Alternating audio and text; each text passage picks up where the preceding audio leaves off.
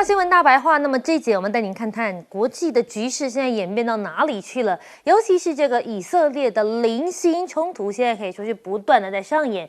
以军拦截失败，真主党的无人机在以色列的北部雷坠毁，黎巴嫩向以色列的北部连续发射了火箭，以军拦截失败，一架真主党无人机坠毁，而且还引发了很大的一个火灾。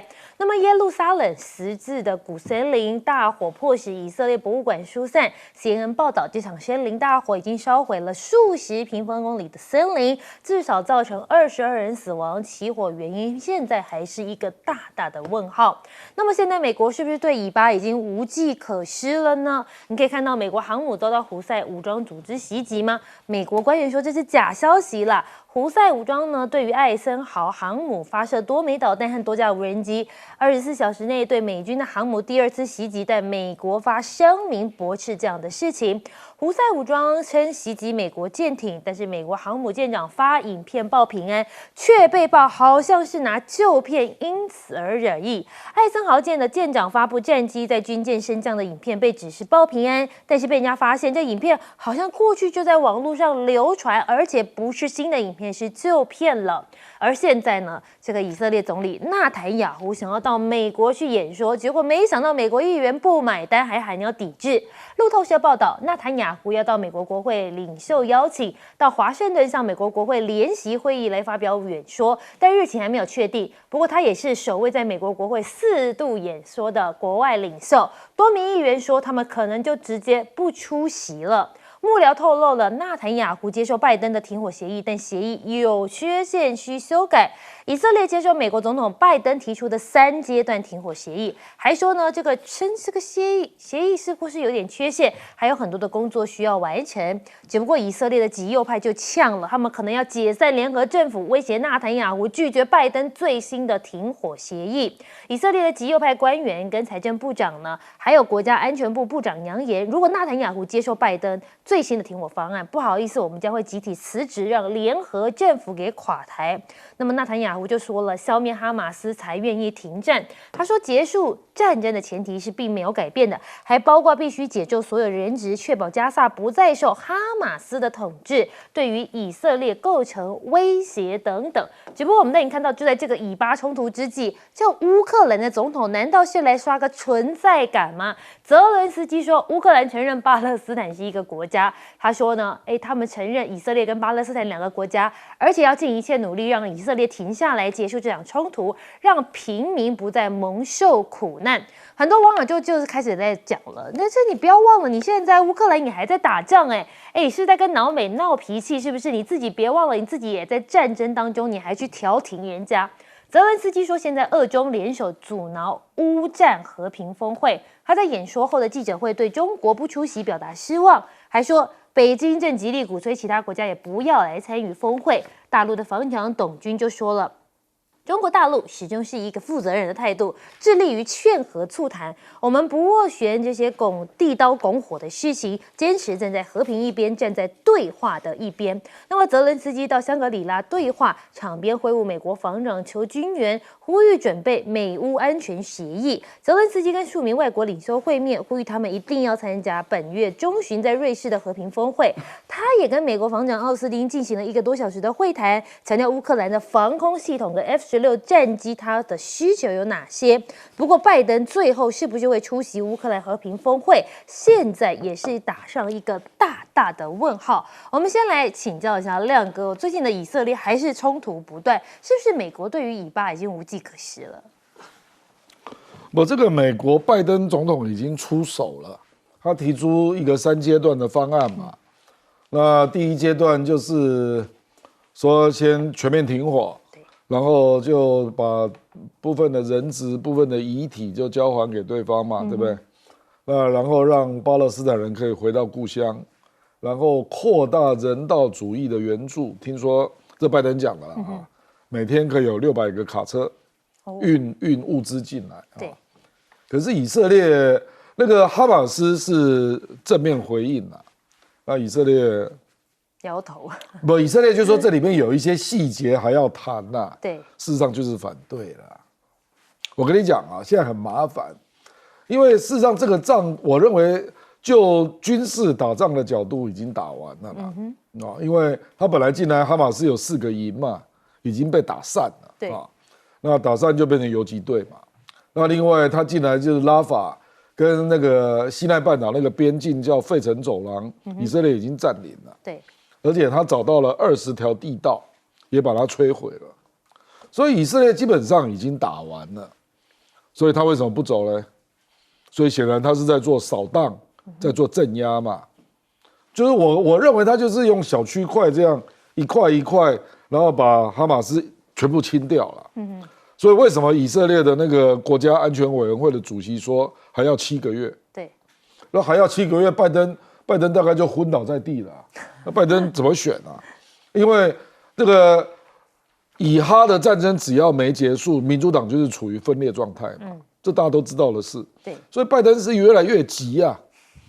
所以我昨天就在《纽约时报》看到一个标题的文章，可是我还蛮好奇的啦。因为我对拜登讲的话都半信半疑啊。说有人说拜登很生气，说以色列怎么可以不接受，所以就提出了一个说，要么你就接受，要不然你这个政府就准备倒戈吧。说拜登讲了这个狠话了啊。那我是很好奇看他要怎么执行因为目前以色列的战争内阁里，其中国防部长甘兹是拜登相中的人，那他扬言要退出战争内阁，要求纳坦雅胡要提出战后的计划啊。坦白说，美国的方案我也没有看到战后的计划，因为这里面最重要的一个议题就是，请问战后的政府怎么组嘛？结果他那个3点协议没有这一点。没有这一点呢，我说你没有这一点，那请问那个600卡车的救援物资要怎么分啊？就怎么执行啊？那以色列撤出之后，谁来维持治安啊？这个都是很实际的问题啊。那你拜登为什么不面对？你应该要处理组成政府的问题啊，不然以色列一撤军，这里是无政府状态，你怎么弄啊？而且你又不要哈马斯进来政府，这个是美国的立场嘛？对。那中国大陆就是希望那个约旦河西岸的法塔赫跟哈马斯一起组政府嘛。那美国跟以色列就是不要哈马斯进来嘛。事实上，这个才是最核心的问题啊。结果拜登政府是一个字不提，所以我坦白讲，我认为不容易啦。所以你才会看到，还是有一些零零星星的打来打去啊。对。就是我坦白讲，以色列就是希望这样啦，就是实质的军管占领加沙，然后一小块一小块这样逐渐的扫荡，清除哈马斯嘛。我觉得以色列就是希望这样，所以他才会说需要7个月啊。对啊。好，我们来问一下赖老师，你怎么看？尤其是现在纳坦雅胡要去美国国会，结果被人家抵制，这个抵制很重要，而且我觉得美国的国会根本不应该邀请。为什么？道理很简单。他是被国际刑事法院通缉的一个罪犯。对。那这个罪犯如果到了美国去演讲，美国的国会，那以后美国的国会的演说就不再具有他的这个公信力，它的重要性。不承认美国不承认是一回事因为如果美国不承认的话，那也没有人会理会美国这个普丁的被通缉。所以如果美国说我不承认，那美国就没有资格去给南非施加压力，或是给巴西施加压力，说，你不准邀请这个普丁来出席这个集团体的会议不要忘了，今年是在巴西办那今年在巴西办，那南非的总统鲁拉就有权利邀请这个普丁去出席会议嘛？因为你美国既然不承认国际刑事法院的这个决定，那这样的话，巴西也可以比照办理嘛。说我不承认，所以这个普丁就不被通缉，通缉是无效的。那这样的话，本身就是一个荒唐可笑的事啊。所以美国拜登会让他自己在国际间自私立场。第二个，美国的国会会蒙羞，所以美国的一些民主党的议员他们抵制其实是有勇气的。为什么？因为你抵制的时候，你要得罪那么多的犹太人，那这个是要有勇气的因为犹太人是他们美国政客很多人背后的金主啊。那你竟然敢得罪这些金主，这个需要道德勇气啊！这个在台湾的民进党是不容易做到的啊、我想这差别是很大的。那拜登是不是无计可施？我觉得拜登这次提出3阶段的这个以色列跟哈马斯的方案是急救章。是为什么他急救章要赶快出手？最主要就是因为这次习近平跟这个阿拉伯世界就是中国跟阿盟的会谈很成功，而且本身已经有更大的一个方向，而且定了2026年的时候高峰会议要推8大方案，5个方向在走。而这个5个方向里面有包括能源的合作，也有包括本币交易的合作，也包括了这个清算银行的功能。这个显示出中国大陆在这个阿盟本身的影响力是在往上提升。所以对于美国来讲，对拜登来讲，他急得不得了，因为最后他们共同的共识跟决议就是以哈要立即停火。对。可是我为什么会说这个拜登是急救章？因为拜登的情报头子本身也强调说，哈马斯事实上还保存有65%的兵力，也就是说，以色列经过这半年多的一个火力攻击，也不过消灭了大概5%，还有5%的兵力没有办法消灭，而且他笃定的是认为以色列没有办法彻底消灭这个哈马斯。那请问，哈马斯永远存在的情形下，不让哈马斯去治理、共同治理这个加沙，怎么可能嘛？这个方案怎么可能落实嘛？对啊，那我们来问一下介大使，你怎么看？有人说这个乌克兰总统泽伦斯基最近蛮幽默的，自己都还在打仗，结果还去跟人家说我承认巴勒斯坦国。我想这一次这一个整个的这个香格里拉峰会它是有一个主轴式的设计。那我觉得主办单位它要凸显2个，一个就是说这个中国大陆在跟菲律宾在南海的这个冲突所以他这一次只有一个所谓的主旨演讲人，就是把马可仕找过来，所以就是一个非常清楚的。那到的元首只有2个，我看在这个整个会议上，所谓的全会上有发言的，一个是马可仕，一个就是印尼的即将已经当选但还没有上任的总统艾准总统那再接下来就是泽伦斯基了。泽伦斯基他开幕式没有赶到，他是后来才赶到的那我想就是说，就主办单位来讲的话，他们这次的安排的主轴应该就是马可仕跟这个泽伦斯基。那针对的目标就是中国大陆，所以呢，我觉得最后马可仕跟泽伦斯基也会面了2个人会面了，因为他是在场的，大概就剩下2个这个元首级的那么象征好像这个泽伦斯基跟马可仕之间那么好像有相当的共识。那马可仕这次这个开会的主旨就是要攻击中国大陆。所以，不过就泽伦斯基这一次就是说，他当这个俄乌战争开打以后第一次他在公开的场合有一些对中国大陆有一些抱怨。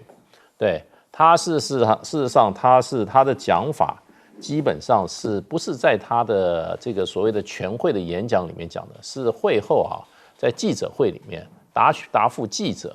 那么对中国大陆为什么没有这个参加这个在日内瓦举行的和会他首先说，他这一次在香格里拉，他也没有办法跟中国大陆代表团见到面，他觉得很遗憾。那么他就说他就是说，中国现在在破坏这次和会的国家在怎么样合作。所以破坏这次和会不是反对乌克兰，是破坏这次和会。这次和会呢，也不是在乌克兰举行，是在瑞士举行的。所以他的这个抱怨还是怎么讲？还是中间有很多的缓冲在里面。那当然就是说，这是他就任以来第一次。对。那我想他千里迢迢，我想这个主办单位还有就是说他真正的后台老板，希望他表达的事情一定有一个长的单子。所以呢，在这方面，我觉得就是说他还是点到为止。不过中国大陆对于泽伦斯基的这个发言反应是非常非常的轻描淡写。那只是说中国大陆对于这个俄乌战争一向是劝和促谈，这个立场从来没有变过。不过在公开场合，中国大陆对于这次的和会的看法就是说没有俄罗斯参加是没有意义的。所以事实上这个立场，这个主办国瑞士也曾表达过，你和会的话就是要争端当事国都找来嘛。结果正当刚事国不是不来，而是你不邀请他，这个就有一点奇怪了。所以现在这个情况，我觉得就是说，也许有国家并不是希望这场战争立刻经过和谈以后就结束，可能是这个原因。哦，那我们休息一下，广告之后回来带您继续讨论国际局势。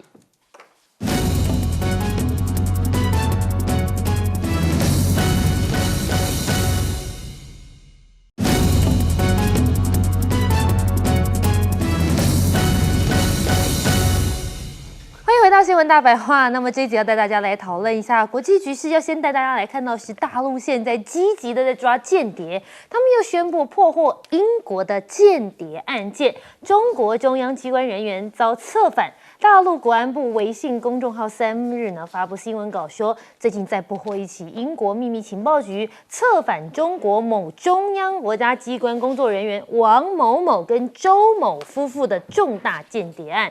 但大家就觉得这一次比较不一样，因为之前都没有明确点名过，这一回还把英国秘密情报局这些字都写出来了。那么国家安全部就说了，境外间谍威胁恐吓国内专家，强迫合作，图窃国家机密。大陆国安部就说了，有境外的间谍，情报机关高度关注国内专家学者的出境状况，甚至伺机用威胁、恐吓等卑劣手段来进行拉拢策反，妄图窃取中国国家机密。那么现在大陆限制假出口呢？那么现在去年对美银大减将近70%了。根据海关总署的统计出口额仅剩下847万美元，年减2/3。那么者出口也下降8%，总额大概是约4842万美元。中国的国安部说，不法分子向境外走私稀土，威胁到国安。他说，因为若干境外事业拉拢利诱，驱使这些不法分子走私这些稀土，严重损害国家利益，对国家安全造成了莫大的威胁。可是你看窃取美国的情资，美国 CIA 的探员任当了10年的中国间谍，现在美国是不是也在出招反制呢？只不过中美的主战场恐怕还是在新能源车上面。我们那你看到强势无法挡。那么现在大陆说1到4月，中国新能源车已经占全球比超过60%这么多。同时，今年1到4月，全球新能源汽车占比高达64%，其中4月的全球市占率更高达67%。即使美国已提高关税，阻止大陆的汽车输出到美国，但这一个强势领先的地位还是难以动摇。4月份，比亚迪全球的销量第4名，只输给日本的 Honda。德国的福斯跟美国的福特。那么华为打算跨足越野车，余承东就讲了，我们锁定宾士 G 系列。他说目前内部正在讨论，想要设计一个不同于传统方盒子的硬派越野车，要重新来定义什么叫做硬派越野车的设计。大陆电动车的渗透率2035年可能会冲达90%。最新的研究报告指出，到了2035年，全球新能源汽车销量将超过7000万辆，市场渗透率将达到70%左右。到时候大陆新能源汽车销量将超过3800万辆。根据这样子的计算，是占掉全球半壁江山，市场的渗透率甚至达到90%，将可能保有量超过2亿辆这么多。只不过我们带你看到的是，在美国总统选举的部分，川普现在要拿坐牢来刺激选情了吗？封口费案，川普表态他可以坐牢，预告川粉可能会爆发哦。他说入狱服刑或居家监禁 OK 啊，但是支持者可能没有办法承受我坐牢这件事情哦。到时候如果爆发，我是不负责。难道川粉又要包围国会了吗？遭判决24小时之后川普获得5280万美元的捐款。民调显示，这川普只有一点点领先拜登。多家民调也显示，川普的支持度几乎跟判决前一样。我们现在也看到经济学家的民调显示，川普是50%，拜登是49%，两个人是难以分这个上下。那么 Morning Consult Pro 的民调呢，可以看到呢，约一半的选民表示，他们反对这位前总统因为34项1级的刑事罪被监禁。69%认为最受欢迎的选项是对川普罚款，再来就是希望可以缓刑，所以还是不希望他去抓去关啦。那么可是现在拜登的儿子自己也有问题啊，持枪案出庭应讯，美国大选可能成为司法的攻防战，因为呢，杭特拜登非法的持枪案将在家乡威明顿出庭。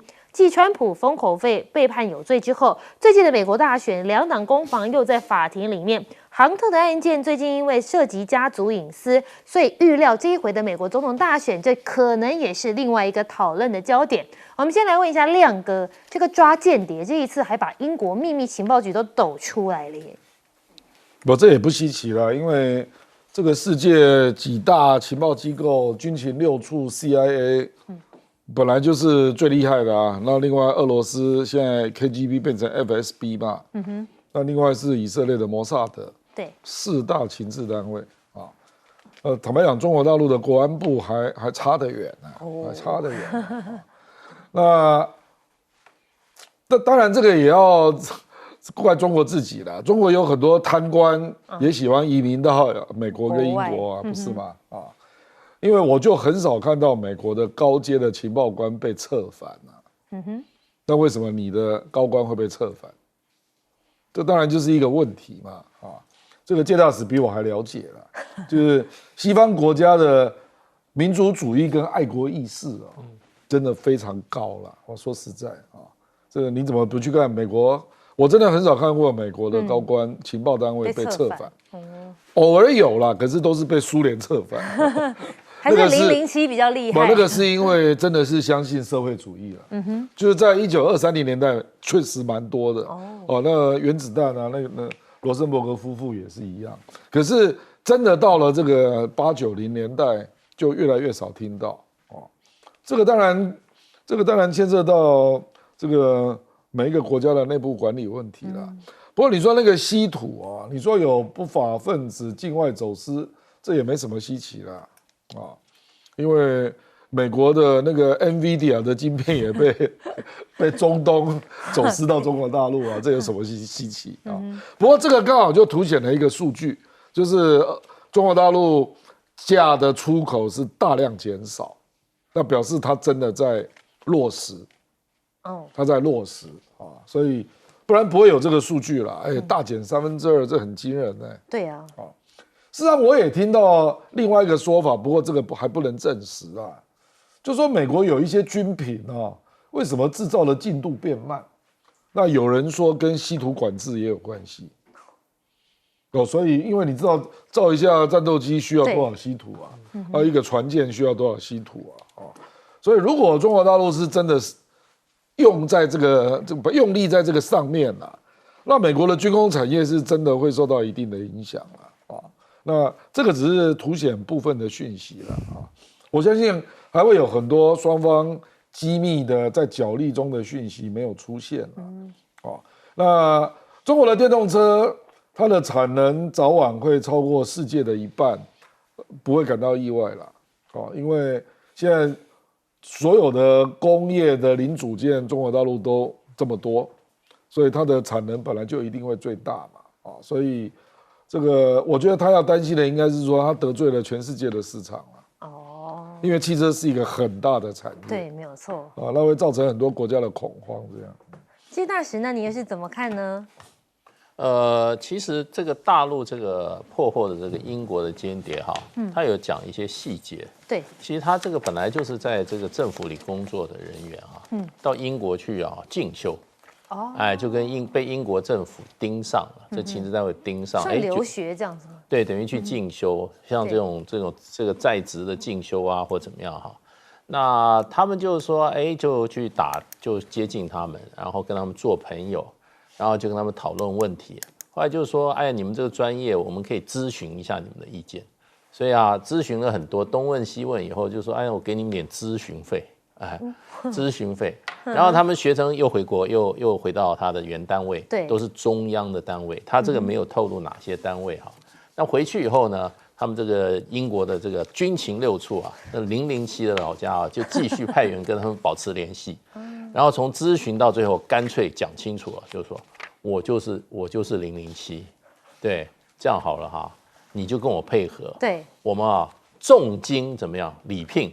你做我们的这个间谍，结果他们就答应了，这个就是说为了利，那这个，所以这个情报有的时候就是怎么样，他要不然就抓到人家的什么把柄，对，比如说你有什么这个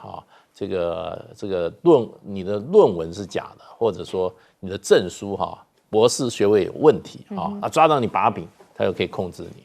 要不然就怎么样呢？就是我给你钱，给你很多的钱，所以呢，这个就是给钱，那么造成的漏洞了，让他抵不住那个诱惑，抵不住的诱惑。最近中国大陆破获很多案子，可见中国大陆在追查内部的这些它的保防工作正在加强，抓到了很多问题。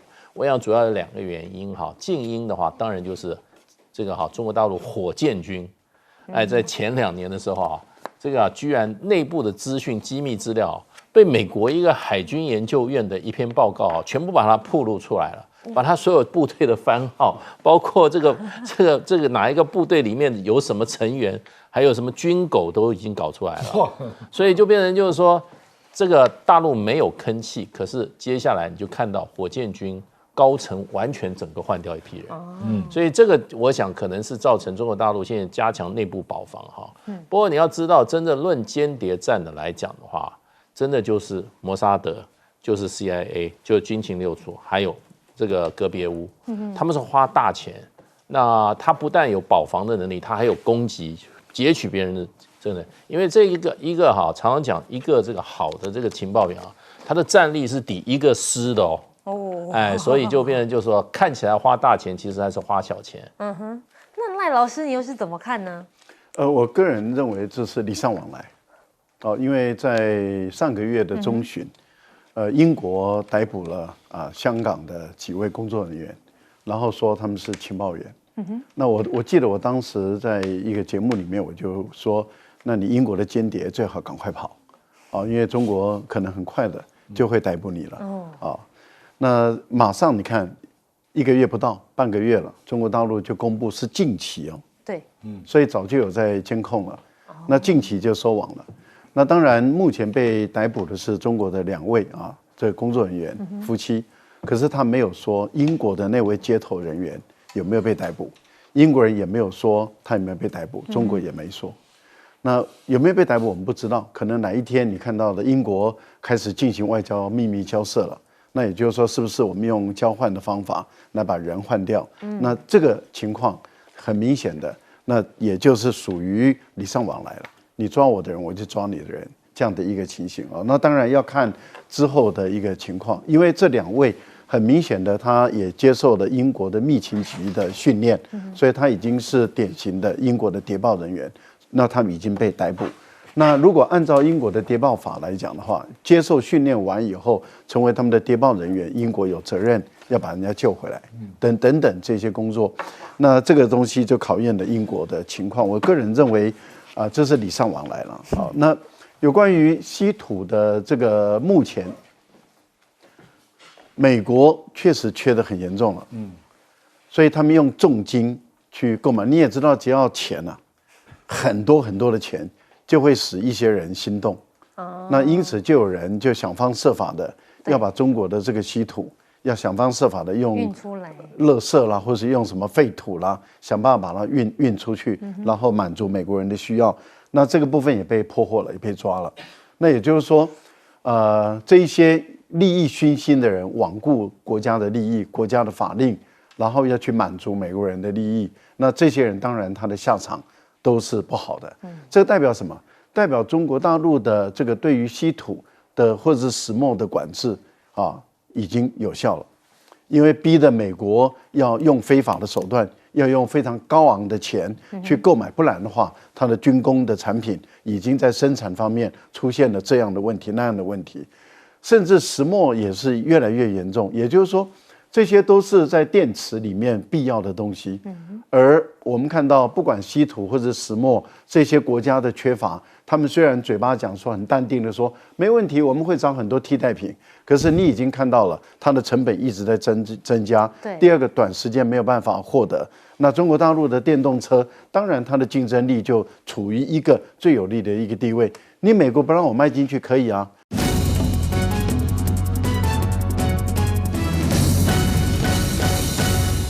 欢迎持续锁定新闻大白话，我是韦佳琪。那么今天要带大家从国内政治聊到国际局势。那么这节加入我们的来宾，包括有前驻纽大使谢文吉谢大使，午安。佳琪好，各位朋友大家好。还有我们国际政治专家赖岳仙赖老师，午安。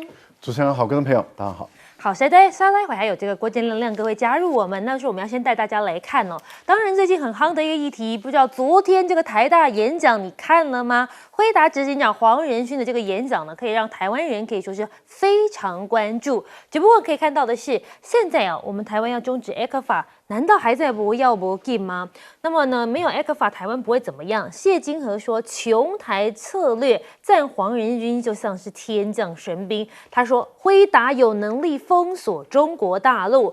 那么谢金河是讲到了大陆终止的项目从12项再加134项，看起来是全面终止的可能性很大，这也是中国穷台策略的一部分。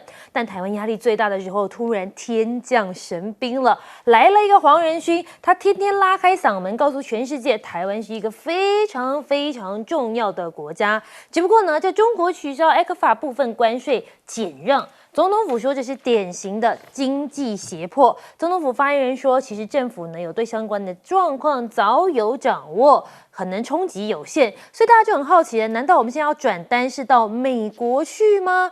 是不是只有这个办法了呢？只不过我们先带你来看到，在台海的部分，在香格里拉对话里面有一个最尖锐的言论。那么大陆的防长就批总统赖清德，那甚至呢是呛美掏空一中。那么大陆的防长董军就讲到了，谁胆敢把台湾从中国分裂出去，必将粉身碎骨，自取灭亡。美国的防长奥斯汀则是说，应该透过对话解决争端，而不是胁迫冲突，甚至所谓的惩罚，而将继续支持台海维持现状。那么听完了这香格里拉的对话之后呢，前立委蔡正元是这样分析，他说你要看哦，这董军这样的说法真的是太不平常了，显然他是有备而来，全程都没有看稿，而且呢讲话也非常的不客气。解放军有能力对付台独，瓮中捉鳖不足挂齿，但是就国防部长的身份，这似乎是太不平常了。外媒也说，中国的防长今年好像比去年还要强硬许多。CNN 引述会议主办单位伦敦智库国际战略研究所日本讲座沃德的报道，相较于他曾经在商会听过中国防长的演说，董军这一次的调子似乎是更加尖锐又更加强烈。今年的比去年当时的李尚福还要强硬。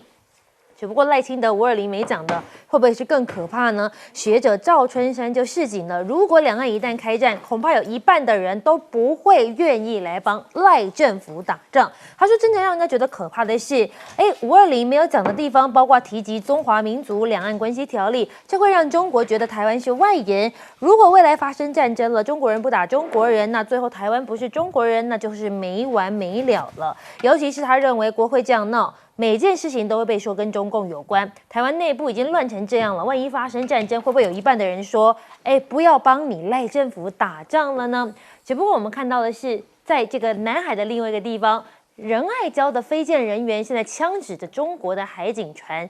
中国环球电视网记者团透露，5月19号呢，菲律宾的马德雷山号舰上有至少2名的人员持枪在甲板活动，并用手用枪指着中国的海警船方向。北京市小马可是战争论是颠倒黑白，南海冲突的热点现在要跟中共争南海，菲律宾向美国借胆放手一搏了吗？中国跟菲律宾的冲突焦点主要在2个岛礁，第一个就是中方占领的黄岩岛，第二个虽然是有菲国登陆舰坐滩，却被中方反包围的仁爱礁。美国部署在吕宋岛北部的提丰武器系统，现在在第一岛链可以搭载战斧和标准6型2种飞弹。这射程呢，可能涵盖台海、中国大陆东南沿海跟南海。那么必要的时候，美国跟菲律宾可以借此封锁巴士海峡或者是台海，引发中国大陆的强烈关注。现在是不是在暗评菲律宾在美煽动下仁爱礁碰瓷了呢？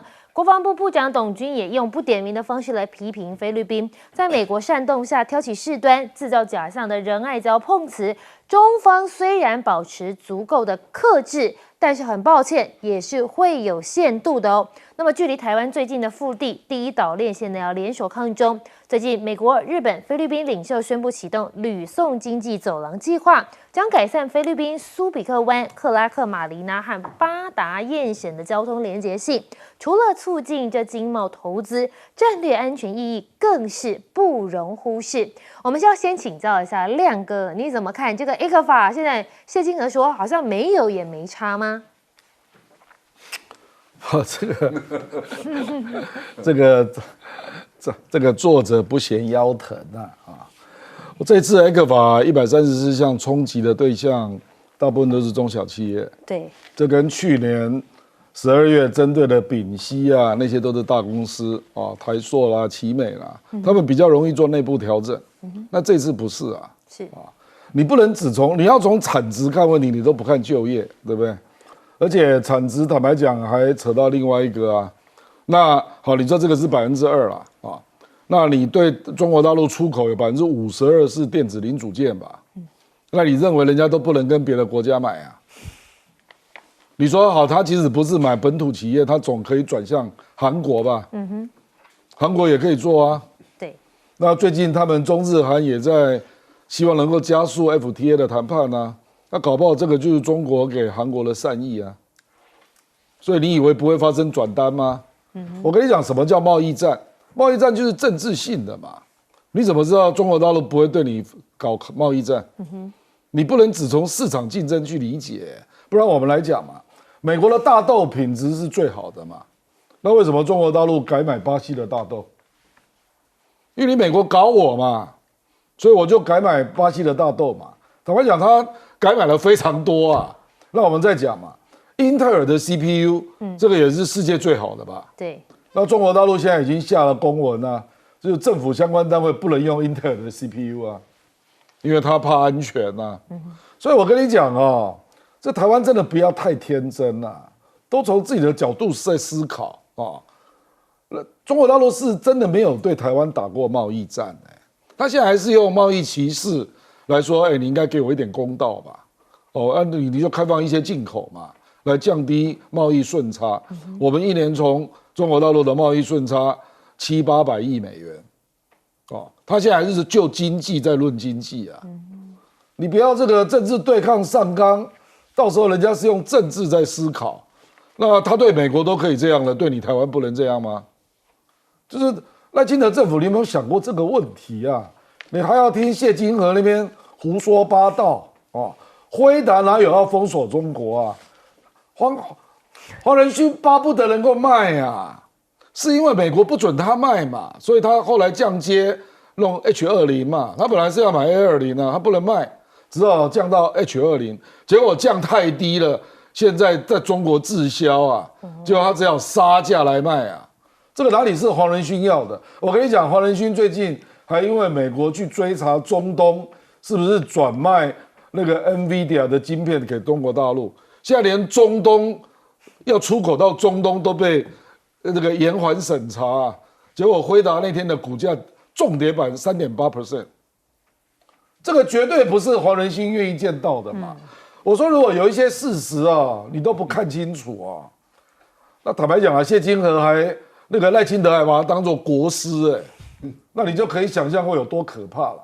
我觉得赵春山老师刚刚讲的那个真的是重点就是说你这样摆出一副阵仗，就是要跟中国对着干那你照理讲应该对内要团结最大多数那对外要尽量缩小你的敌人嘛。对那你应该以中共为敌人你怎么连中国的老百姓你都扯进来了？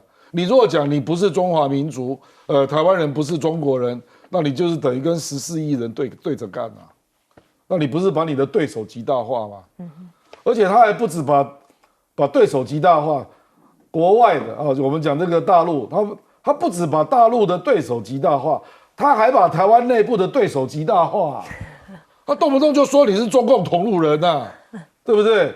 国民党、民众党都变成中共同路人，你把你国内的对手也极大化怎么会有你这种天才总统黄国昌也要被抹红你们不止抹红傅昆萁你们抹红一大堆人全台湾现在排名进来当中共同路人，可能人口已经快要接近50%了。怎么有人这样执政呢？所以我们刚刚只是在讲2个方面，一个就是你不要真的以为中国大陆不会用政治角度来思考对你贸易战啊，真的到那一天，台湾真的会很惨哦。你一年卖到中国大陆的那个电子零组件就52%，我们即使不谈这个了，那另外48%呢？另外48%就传统产业啊，人家为什么一定要买你的？人家也可以买别的国家的啊。他最近在搞中日韩 FTA， 在搞 RCEP， 要搞3.0， 那中韩 FTA 也可以变成2.0啊。他可以向韩国示好啊，你怎么都不会去想这种问题呢？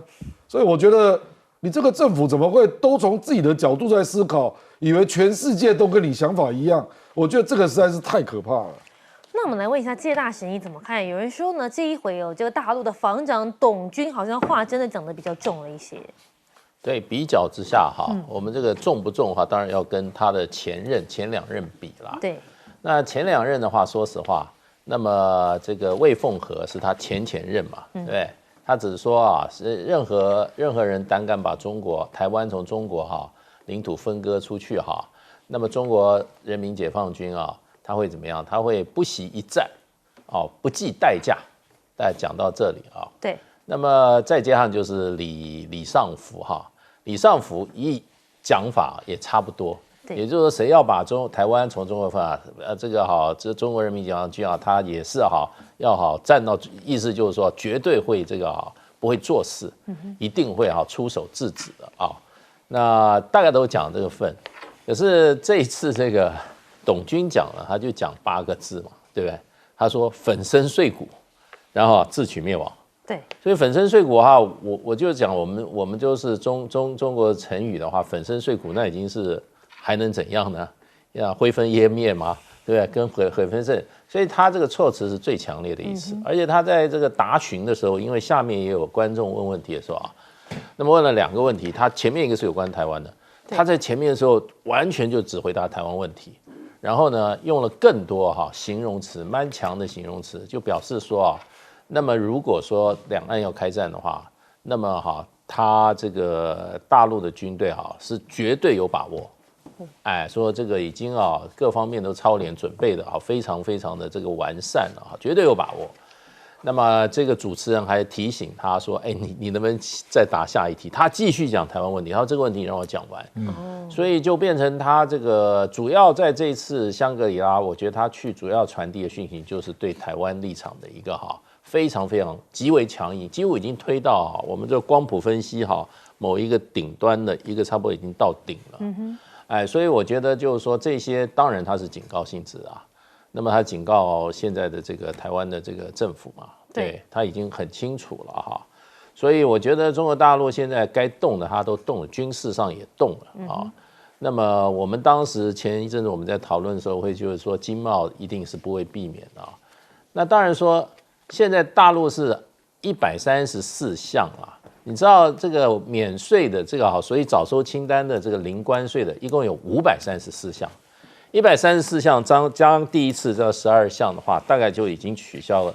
146项，146项，那事实上还有差不多将近400项不到400项，它还没有动对。可是你一直跟大陆讲说对台湾影响不大，无所谓，我无关痛痒，你只有我这个使用我这个你使用这个零关税进入大陆市场的台湾产品，只占我们全球外销的2%。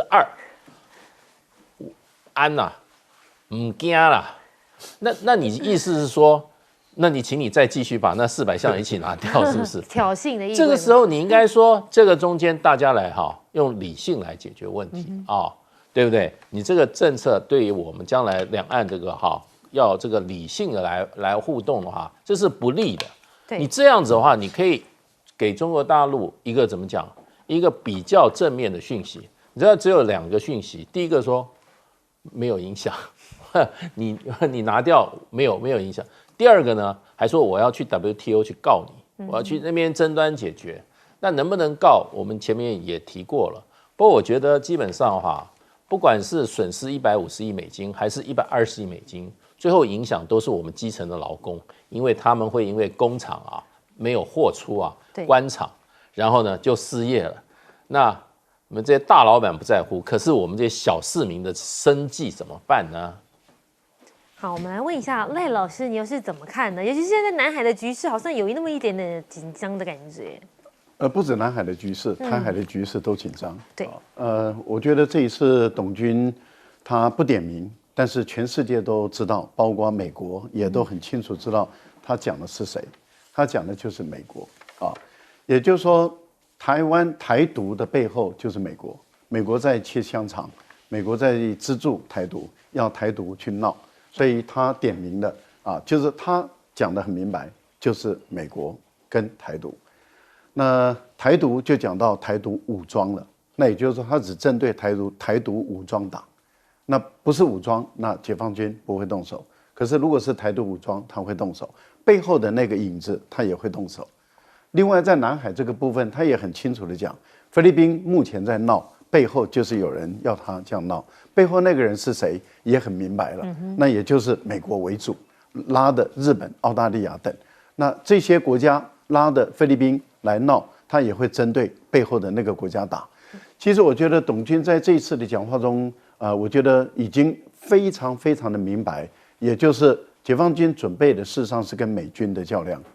那如果美国以为他在南海可以搞一场代理人战争，或者是在海峡两岸可以搞一场代理人战争，也就是复制这个俄乌的冲突，那我觉得董军的讲法很明白，就是你不要以为你这套有效，我根本就是知道就是你，而且解放军的态度就是我跟着你就直接干架，那跟俄国不一样，对，俄国是避免跟美国人打仗，俄国是跟乌克兰打仗，可是解放军的做法，因为俄国跟美国不同的地方，跟中国大陆不同的地方是在于，俄国的常规力量没办法赢美国，而中国大陆的常规力量在东海间，它绝对可以赢美国。不管是海军、空军，只要在这个区域，也就是西太平洋，解放军可以赢了美国。那也就是为什么对于美国人来讲，一定要把日本、韩国、把菲律宾、把澳大利亚、英国都拉进来，是因为美国自己也计算过。它的常规力量就是海空军加火箭军等，它本身在西太平洋它是输中国大陆的，那也就是因为彼此之间不同，所以他们创造了一种根本不存在的一个名词，叫做什么？两岸的军事力量失衡往大陆倾斜，其实是错的，是中美的军事力量失衡往中国大陆倾斜，这个才是正确的。那所以我觉得这一点大家看清楚。不过我还是讲一下谢金河，因为他是我学弟啊。我讲简单的几句话。第一个就是，ECFA 的问题对谢金河个人没有影响，是，但是对于台湾的这些业者有影响，所以我觉得应该去问台湾的这些业者，你痛还是不痛？我觉得应该是要问这些事情。第二个就是不要去蹭黄仁勋。黄仁勋来台湾，他是有他自己的节奏，不要去蹭黄仁勋，免得哪一天你被黄仁勋的另外一个节奏打脸了啊！所以我觉得去蹭这种话显得很幼稚啊。好，我们休息一下，广告之后回来带您继续讨论。